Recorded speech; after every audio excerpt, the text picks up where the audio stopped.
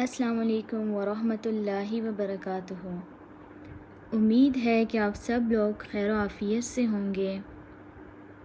آج جو دعا ہم پڑھیں گے وہ ہے، جس کی بھوک اور پیاس بند ہو جائے، بیماری کی وجہ سے اس دعا کو پڑھ کر پانی پر دم کر کے پلائیے۔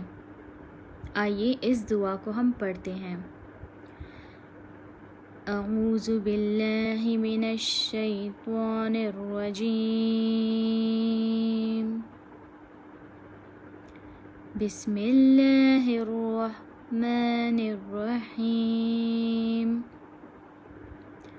والذی هو یطعمنی ویسقین، وَإِذَا مَرِضْتُ فَهُوَ يَشْفِينِ۔ جزاک اللہ۔